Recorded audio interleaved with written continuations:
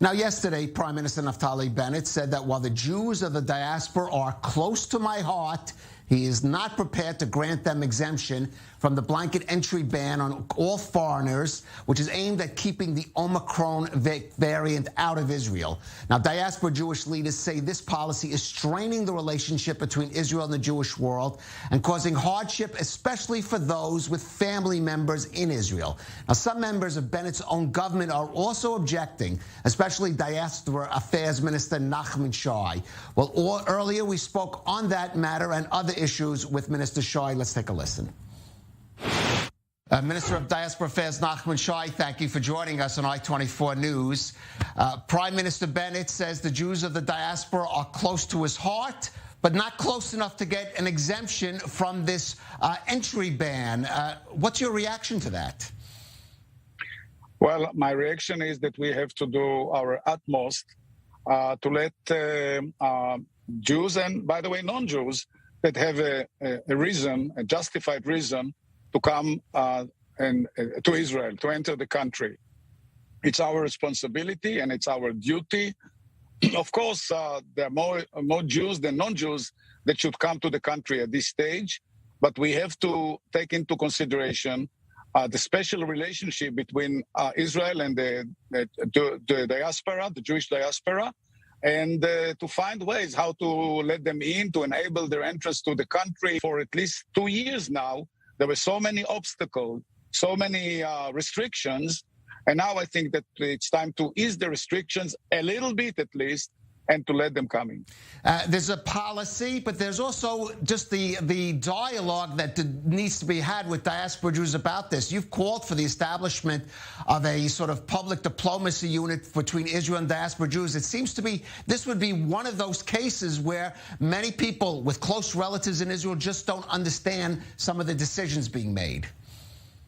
Yeah, I got many questions and requests and appeals to do something about that, and actually I responded right away. I conveyed the message to the cabinet, to the Prime Minister himself, and I expect them to respond.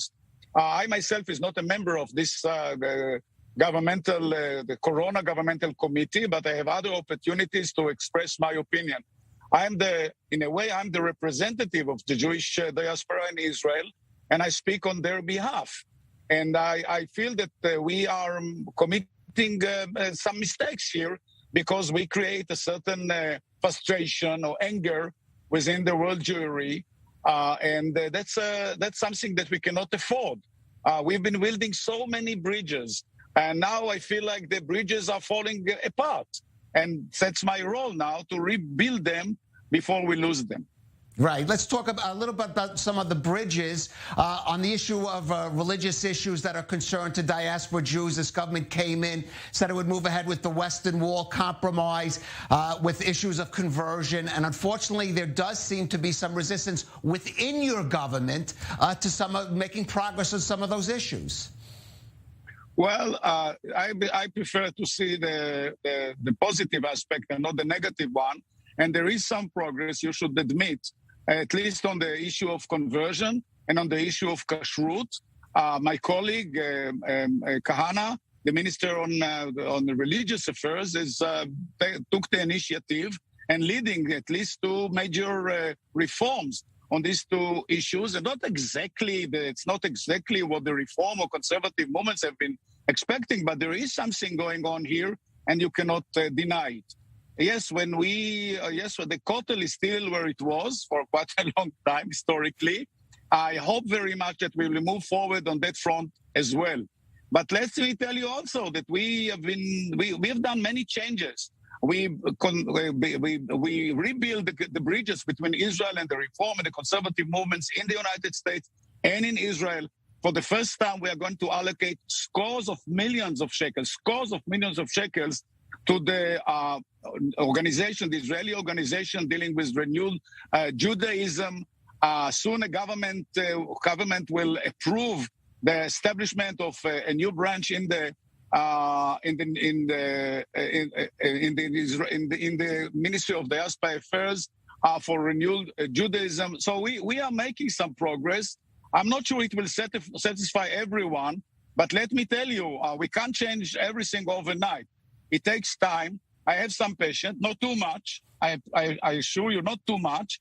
But I can see some progress, and that's why we give more time to the Prime Minister to move forward also on the sensitive and the controversial issue of the Kotel. That will happen. I promise that will happen. Right. And finally, I do want to ask you about the meeting yesterday between Defense Minister Gantz and Mahmoud Abbas, because you have said that in order to communicate with young diaspora Jews especially, Israel does have to make some progress on the Palestinian front. Clearly, again, some members of your own government, your own coalition, seem to feel different, judging by their reactions to that meeting. I want to get yours. I believe that this was the right step and the right decision. We have to renew the dialogue between us and the Palestinian Authority, because, Calev, you know very well that the alternative to the Palestinian Authority will be the Hamas. So everyone who would like to see the Hamas taking control of Judea and Samaria, please raise your hand, okay? And I see no hands around, right? Because we know very much what it means. So we have partners there, especially on the security matters, and also on establishing normal life on the West Bank and between us and them. And of course, basically, we should not forget that one day we'll have to find a way to separate the two states, the newborn at the time Palestinian state and the state of Israel, the Jewish state. That day will come. And that option still should be around. That's why we not let any expansion of the territory, of settlements, and not establishing new ones. We don't want to close the door for two nation states, for two people, because we believe this is the only and the sole solution for the Israeli-Palestinian conflict.